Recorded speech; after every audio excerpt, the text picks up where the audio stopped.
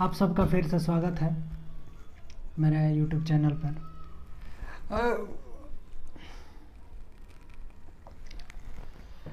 इसके पहले वाले वीडियो में मैंने आपसे बताया था कि भारत में मोहम्मद बिन कासिम के आने के साथ साथ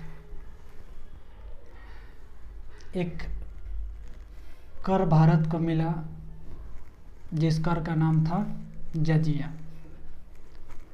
आज हम उसी जजिया के बारे में पूरा का पूरा जानेंगे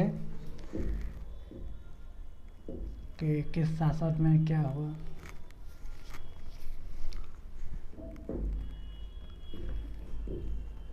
क्या है जजिया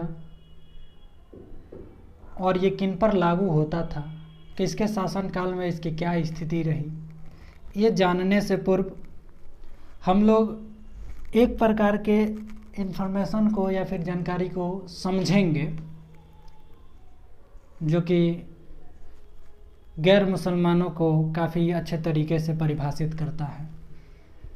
हम सभी जानते हैं कि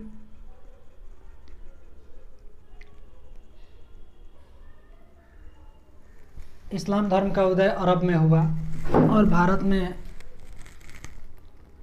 प्रथम मुसलमान जिसने सफलता प्राप्त की आक्रमण करने में वो मोहम्मद बिन कासिम था। जब ये लोग अपना साम्राज्य विस्तार कर रहे थे तो विस्तार के दौरान इन्होंने कुछ ऐसे क्षेत्र को भी जीता जिस क्षेत्र में इस्लाम के अलावा भी विभिन्न प्रकार के धर्म के लोग रहते थे और मानते थे। उन लोगों में जो लोग इस्लाम के अलावा यानी गैर मुसलमान जिनको कहा जा सकता था, मानने वालों में दो तरह के लोग थे।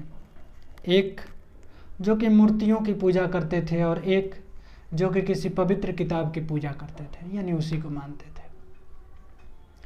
जो लोग मूर्तियों की पूजा करते थे उसलिए इस्लाम के नज़रिए से काफिर कहा गया, और जो लोग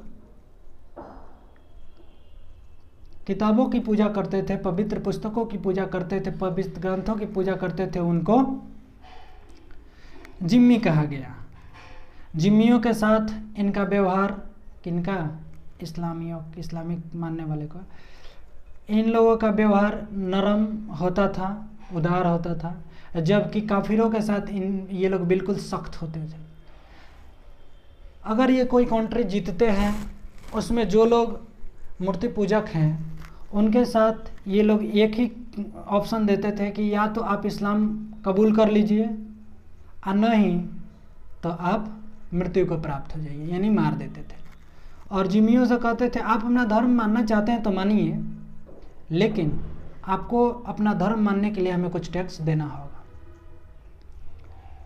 और इस तरीके से ये लोग दोनों का व्यवहार समझ गए। अब हम लोग आते हैं जजिया पर। जजिया क्या था? जजिया एक प्रकार का टैक्स था, और ये टैक्स कैसा टैक्स था? तो धार्मिक टैक्स था, धार्मिक कर था।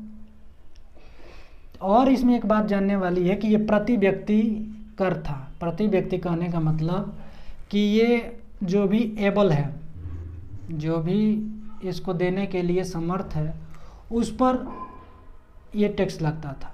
चाहे वो एक परिवार में 10 लोग क्यों ना हो, समर्थ 10 को देना है, ठीक है। महिलाओं को हटा दीजिए, महिलाएं इसमें नहीं देती थी।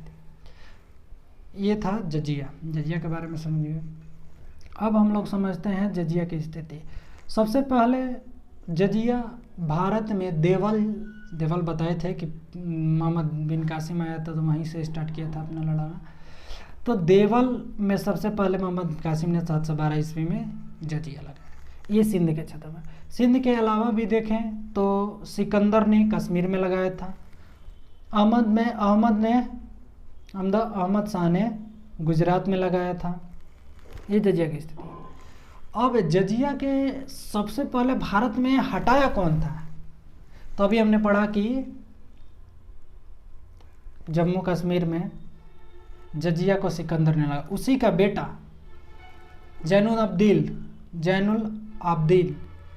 आब्दीन ने क्या किया?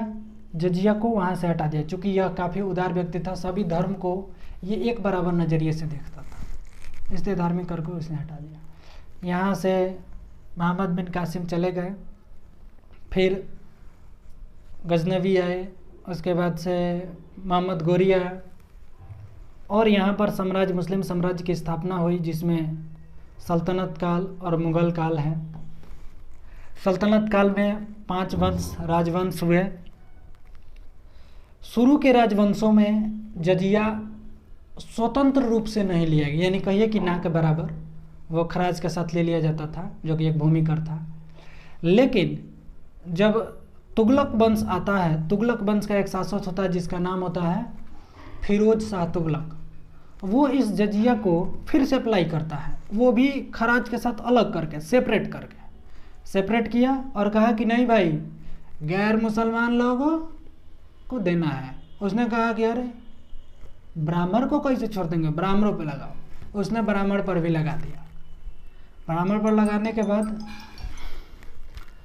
कहाँ थे, हाँ, फिरोज शाह तुगलक ने क्या किया, तुगलक ने क्या किया, इसको फिर से लगा दिया। और पहला सुल्तान जिसने ब्राह्मणों से भी जजिया लिया वो फिरोज शाह तुगलक था। और फिर आगे बढ़ा, समय बढ़ते चला गया। इसके बाद की कहानी आती है मुग़ल में। मुग़ल काल में जब अकबर हुए,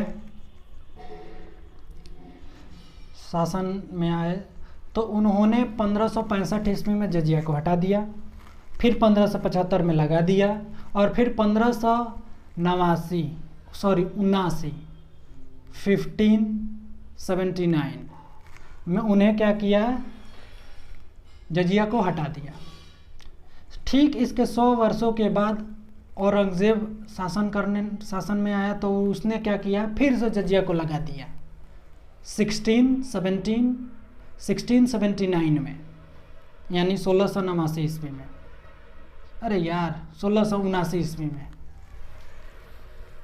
और फिर समय चलता गया। जब जहांगीर शाह आया, उसने भी जजिया के बारे में कुछ हुक्म नहीं किया।